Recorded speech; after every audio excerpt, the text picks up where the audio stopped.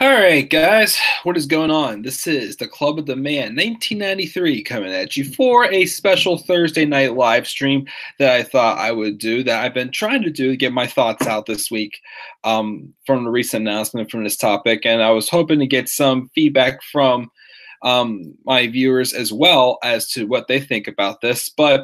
So I want to make a live stream talking about my thoughts on the recent announcement that the WWE has made.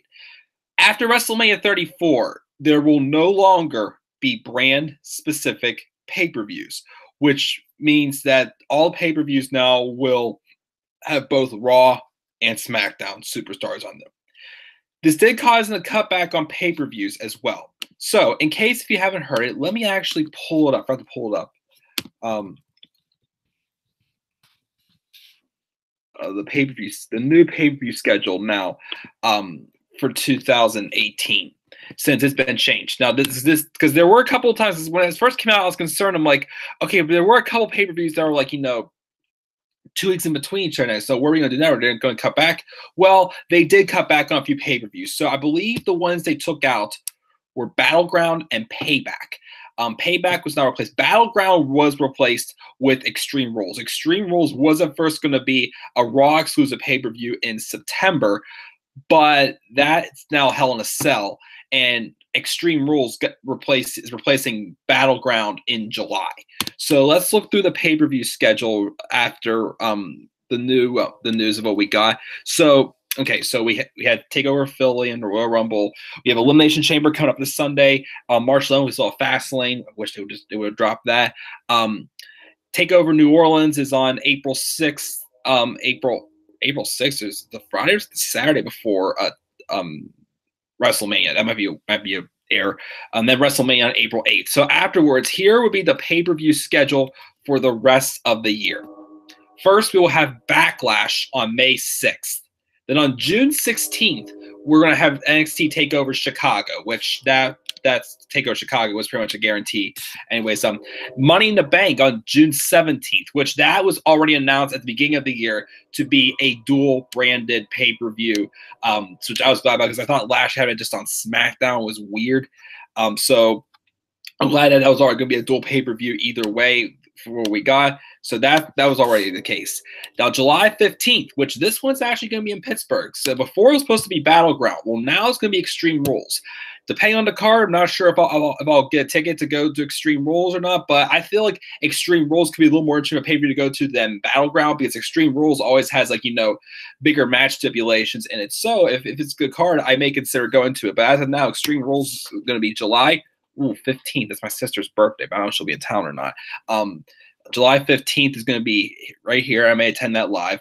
And then in August, we're going to have TakeOver Brooklyn 4 on August 18th. August 19th will be SummerSlam in Brooklyn. September 16th is Hell in a Cell. Before that was supposed to be Extreme Rules, and Hell in a Cell was supposed to be 2 weeks afterwards. But September is just going to have Hell in a Cell now, when Extreme Rules was supposed to be at first. And then we have TLC in October, on October 21st.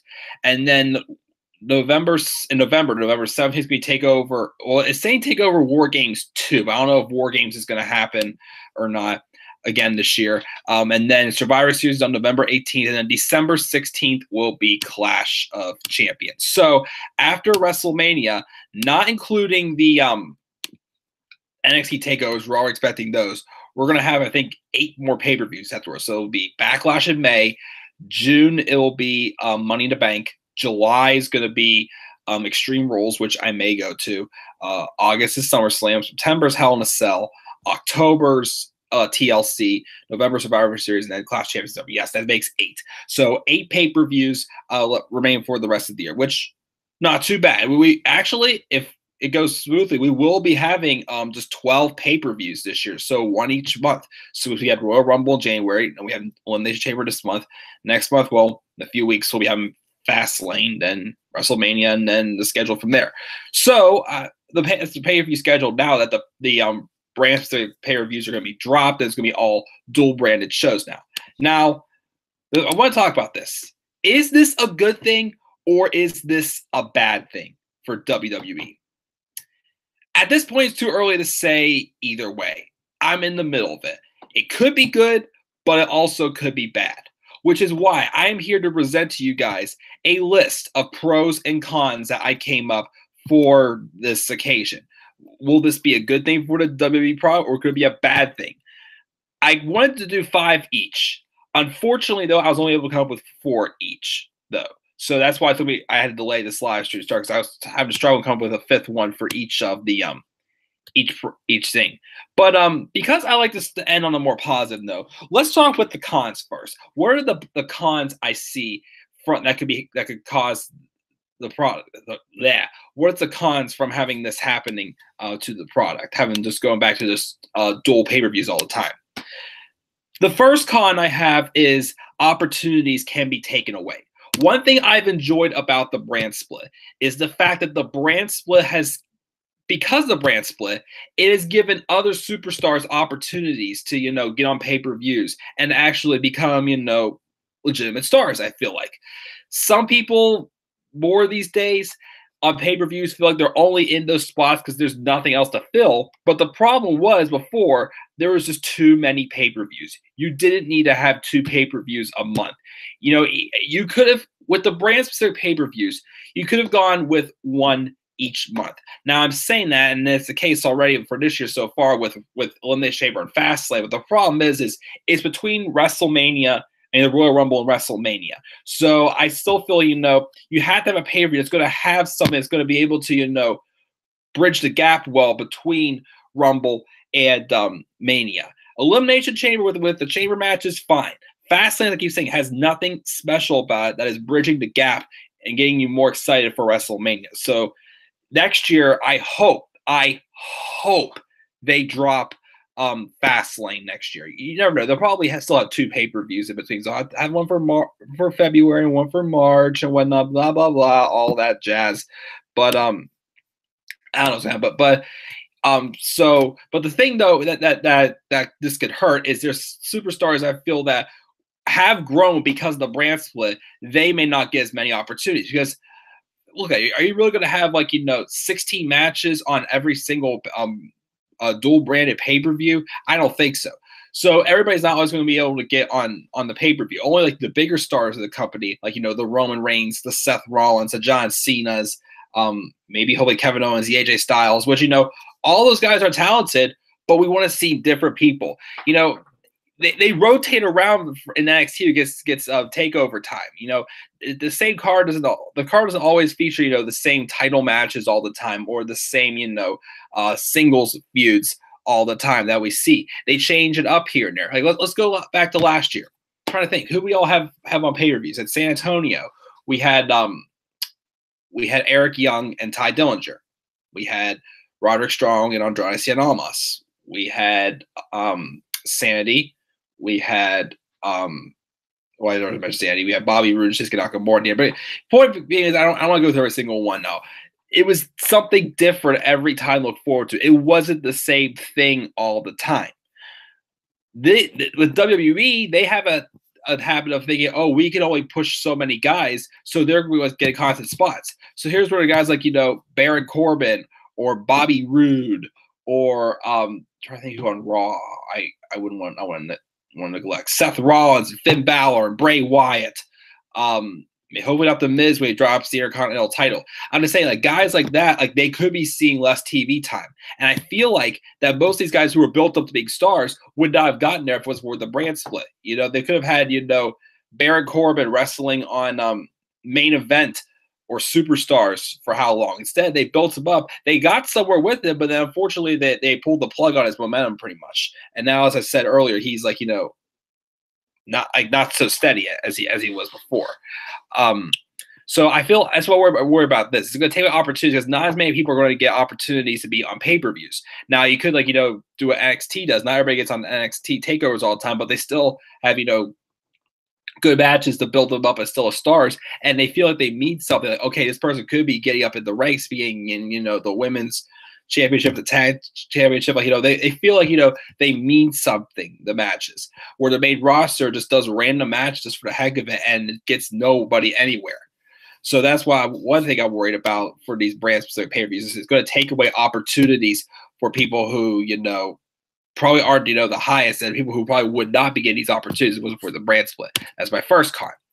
My second con, the biggest problem I have with this is 4-hour pay-per-views all the time. Here, actually, no, it's Hassan the Mighty mentioned in the live chat before this stream started. There's rumors that all pay-per-views could be going for 4 hours now, and all like the big event pay-per-views like WrestleMania, the Royal Rumble, Money in the Bank, Survivor Series, SummerSlam could all be going 5 hours.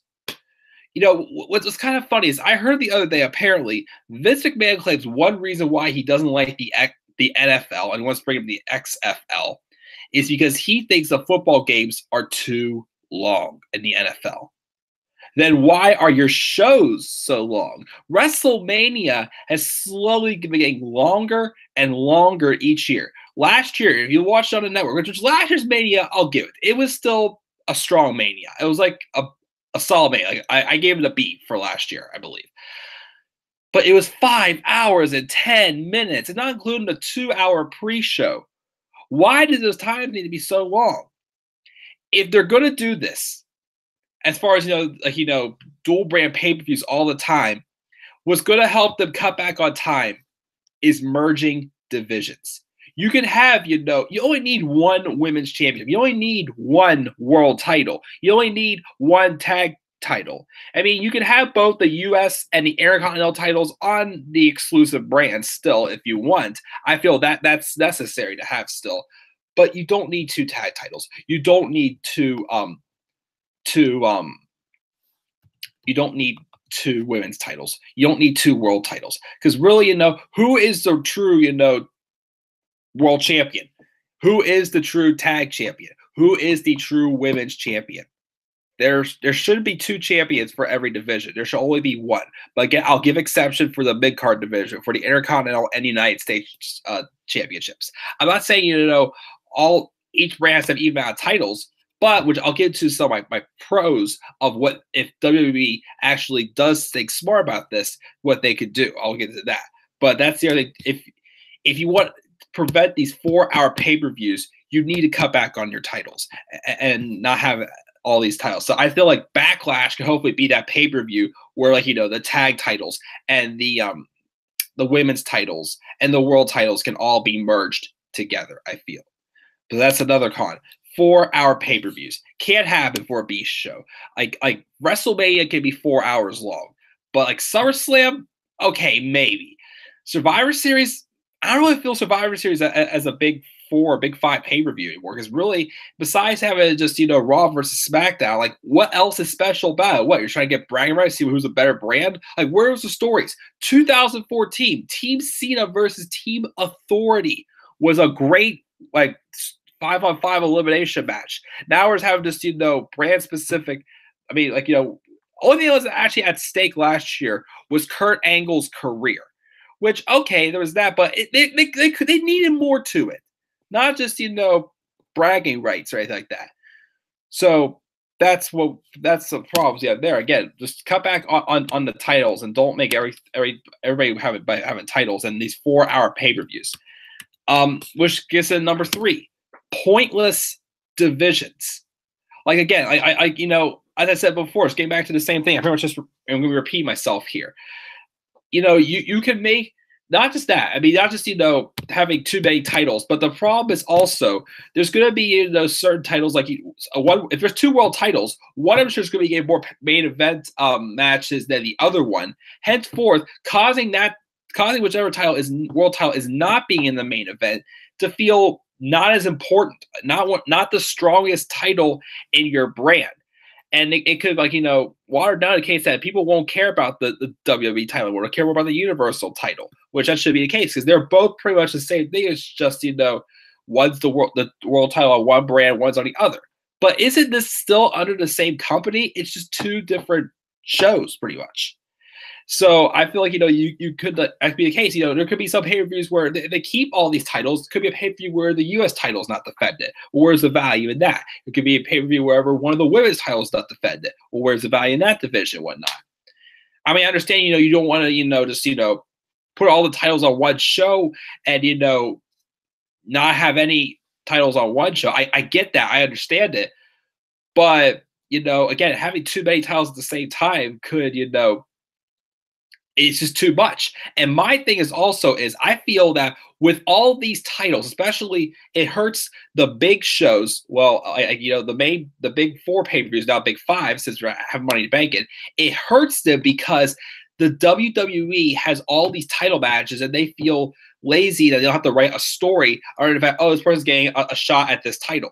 Well, we need more story than just that. And because of that also, there isn't too many non-title feuds that actually can produce good stories and be more interesting to tune into than the title match. I mean, yes, you want to make your title matches feel important, but if all you do is just defend titles on pay-per-views and nobody else is like having singles matches to gain more momentum and gain more popularity or any more experience on pay-per-views, then that's going to be a problem. You're not going to be able to put more value in other superstars besides the ones who are fighting for the titles. So that's number 3, pointless divisions. And because of all this stuff, that's why my call for topic number 4. If the WWE does not find a way to make this work, I do have a bad feeling that this could be marking the path to the end of this run with the brand split. Because, again, you can't have too many titles. You can't overwhelm your audience with 4-hour pay-per-views all the time and 5-hour pay-per-views. It's too long and it burns out the crowd. And again, that's not including the 1 or 2 hour pre-show, however long they're going to be on for each of the pay-per-views. It burns out the crowd, and it's just too much for the fact that the fans are just like, I don't want to keep watching this all the time because it's just too much. It takes up a lot of their time, and if you're not going to have consistently good writing, the superstars are not. I mean, the fans are not going to want to come back to see more. So I feel like it could wear out the crowd, and the problem is it's going to eventually, have the same people gain the same opportunities. Plus, also, if you're having just all the titles on one brand, but you're not going to, build up any competition still to get the titles back between the brands, then it may feel like SmackDown or one of the shows feel pointless, and it could go back to just one show. I mean, just the brands will be dropped. All superstars are on both shows. But again, the problem with that is not everybody's going to be getting opportunities. There's a lot of people who deserve fresh opportunities, but of course the WWE are just going to stick to just 5, 6, or 7 guys that they want to push, and everybody else is just useless. Why even be there if that's the case? So that's why I feel if this doesn't work, I feel this will slowly go back to the brand split being dropped. And Raw and SmackDown will feature stars on both shows. Raw will be, of course, the flagship show. SmackDown will just be, the recap show. And we won't care about that. No one's going to watch SmackDown anymore. And if that's the case, why not just, cancel SmackDown or something like that? Just keep Raw. If Vince McMahon is that destined to keep Raw as, the A show, since he pretty much sabotaged us by putting Road Dogg as head writer of SmackDown. But so those are my 4 cons. 1, opportunities being taken away. 2, 4-hour pay-per-views. 3, pointless divisions. And 4, it could lead to the end of the brand split. Those are my cons. But let's talk about the pros also, because the thing is I do see this as a potential opportunity to still be a good thing also. That's why I can't say it's a good idea or if it's a bad idea yet. I can see it's going either way. But let's talk about how this could be a good opportunity. First off, less pay-per-views. Once again, with too many pay-per-views, it does cause you to have all these stories being written, like how many different times. And the problem is it gets to a point where you don't have any other direction to go, that you're just like throwing people in there just to fill in the holes for each of these pay-per-views. Hence why Fastlane is struggling to get a strong build to it. With less pay-per-views, you have more time to focus on just one specific story, and that will, take up the time, fill in the year, and build the superstars involved strongly and opportunities. So that's the case. And also, it's not going to burn out the fans. It's going to keep them, wanting to come back and to see more that's going on, because less is more. And if you just burn everybody out with on 1 or 2 pay-per-views, then you get to the next 4, and it's like, well, what do we do?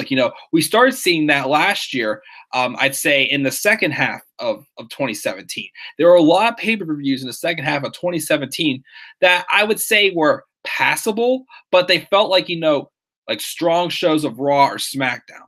The problem was because they just felt pointless. They just felt like, they didn't really need to happen. So cutting back on pay-per-views, having less pay-per-views is going to be a good thing for starters. Like that's going to be good. It's just, the building around these shows, are they going to be able to do that?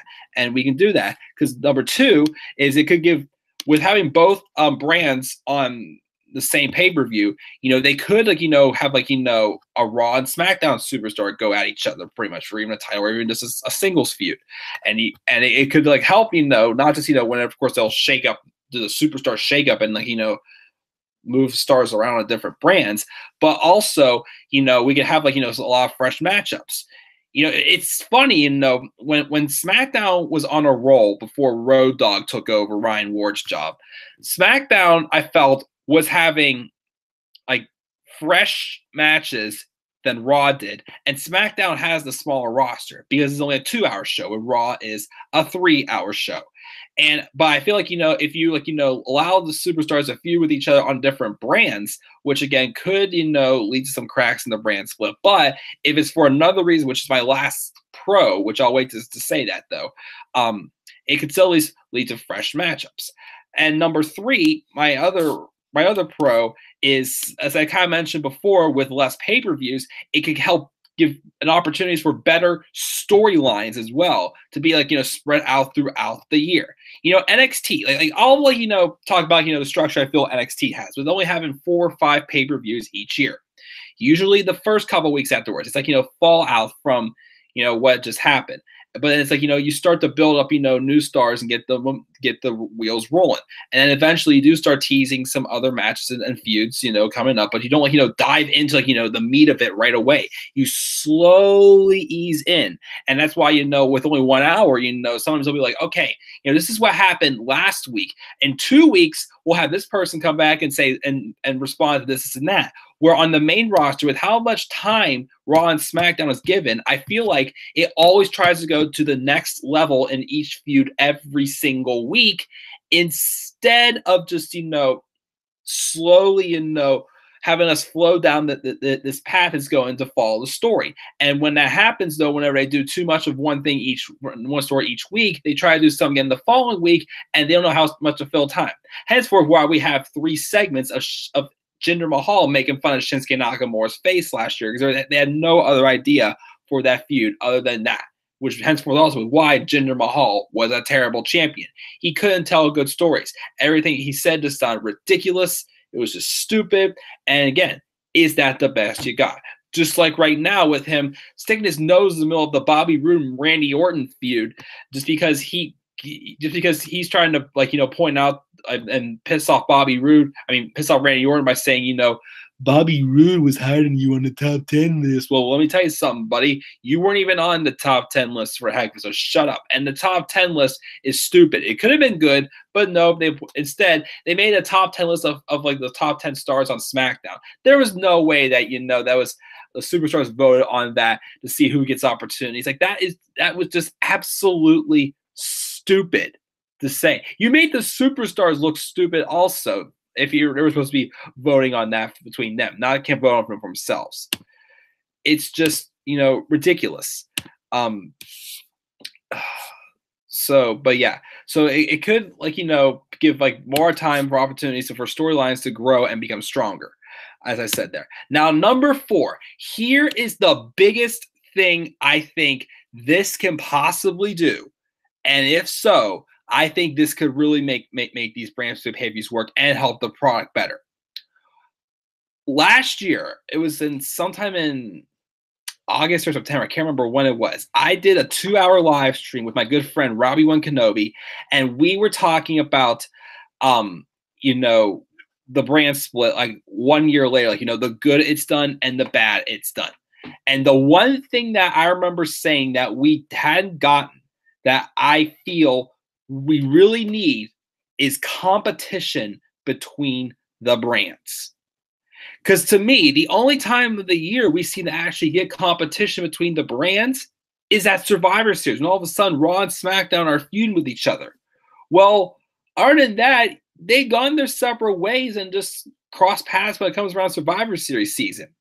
If we have these dual brand pay-per-views, we can take the opportunity here to just, have more heat, like building between different superstars between Raw and SmackDown, and that can lead to a year-rounded story and lead into the Raw versus SmackDown matches at Survivor Series. It could build up to that as well, and even if we do go back to having just one women's title and one tag title and one world title, those champions can be on both brands. And while maybe one pay-per-view it'll be a Raw on Raw match for the Raw Women's Championship, you could still have, a great feud on non-title feud on SmackDown, and probably eventually one of them will get the winner of that feud could probably get a championship opportunity as well. See, there's a way you can still make things interesting. Feel like they're still involved in the divisions. They're merged together. There's just one title, but eventually there'll be competition where they're having titles going back and forth between divisions. And again, yes, I know sometimes people worry that, well, what if most of the titles are on one brand? I get that, and at first it felt kind of flat whenever SmackDown only had just the Intercontinental and World Championship at the beginning of the brand split when it first came back, but eventually did bring back those titles back. But now they feel unnecessary because we don't need to be having 2 tag titles. We don't need to be having 2 women's titles. And we don't need to be having 2 world titles. So again, with these dual brand pay-per-views, and if you create more heat between feuds between Raw and SmackDown superstars without making it look like that the brand split is dying, then this could help bring out more competition between the brands and more storylines, and not just have them go their separate ways. But then when it comes to Survivor Series, we want to fight each other now just for bragging rights. It can help create better storylines for Survivor Series as well going into there. Because again, that's one of the biggest disappointments I'd say from this brand split, is that there is no competition between either of the brands except when it comes to just bragging rights at Survivor Series. But if WWE wants to be smart here and do something good and takes this an opportunity to bring out more competition between the brands, I think we see some more fun TV through this. But that's pretty much it, guys. We didn't really anybody in the live chat. Nobody in the live chat for this live stream. A little disappointing, but that's fine. So just to go over again, my pros and cons for this for the brand exclusive pay-per-views being dropped. For the cons, opportunities are going to be taken away. There could be 4-hour pay-per-views all the time with 5-hour pay-per-views for the big events. Some divisions that may feel pointless because they have because some titles with having multiple titles and all the divisions could make one feel more important than the other all the time. And of course, number 4 is that this could lead to the end of the brand split, and we just go back to both shows. And of course, one show would be absolutely pointless, even though SmackDown is feeling pointless right now the way it is. The pros, though, we have less pay-per-views, more of a variety of fresh feuds, and opportunities have more time to have better storylines. And my 4th one is an opportunity to bring out more competition between the brands. So, guys, I didn't have anybody in the live chat. I was a little disappointed by that, but that's okay. So once you watch this video and hear my thoughts on the brand splits, the brand split pay-per-views being dropped, which again is somewhat of a good thing. But again, if you wanted to keep the brand specific pay-per-views, you could have kept them, but just have have them be every other month. Well, again, I say that, but this is a bad time of the year to be doing that, since you have to have a good pay-per-view in between Royal Rumble and WrestleMania to build it up. And again, Elimination Chamber, fine. Fastlane, though, nothing special about that pay-per-view. So it could have worked if you had one pay-per-view a month, Raw took 1 month, SmackDown took another month, took time to build up these shows instead of having all 2 pay-per-views a month. And it came to a point where you didn't have anything really for that show, and you just had to throw other people in there just for the heck of it, and just to make it feel you're just filling in the holes. So, but again, with less pay-per-views, though, we will at least, hopefully not be having that.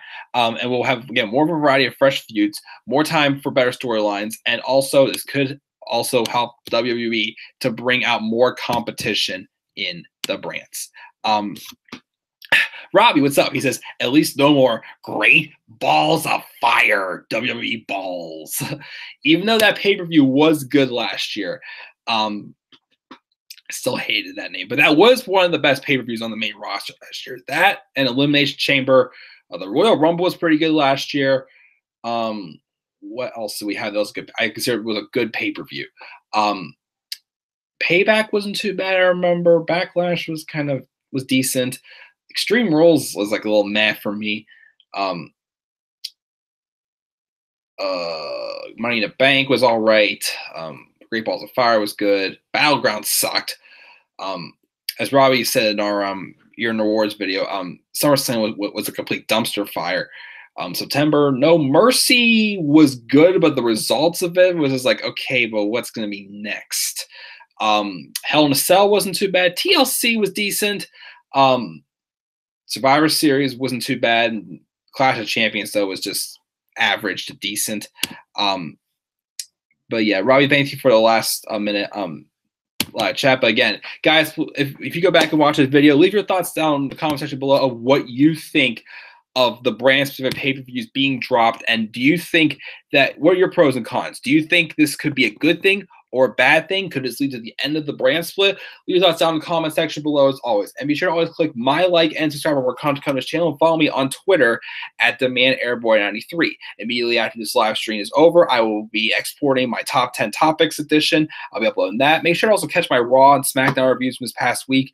If you haven't done so, check out my Elimination Chamber predicted match card, Fastlane predicted match card, my Takeover New Orleans predicted match card, and of course my WrestleMania 34 predicted match card as well. And my Road WrestleMania episode 25 was uploaded last night as well. So again, I guess the only other thing to look forward to until the cycle begins next Monday is my live review of the Elimination pay-per-view this Sunday after the show takes place. Robbie says, I get that we wanted Great Balls of Fire to be like a special summer pay-per-view for SummerSlam, but they could have just brought back Great American Bash. Yeah, I would have been all right. Great American Bash. Rumors have it that pay-per-view was supposed to be Bad Blood at first, but oh no, we're in the PG era. You can't have blood. No.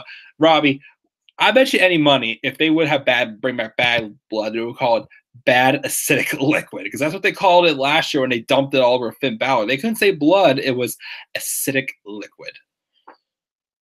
Really, I just want to walk up to Vince McMahon someday and say all these words he cannot bear to hear say, like belt, wrestling,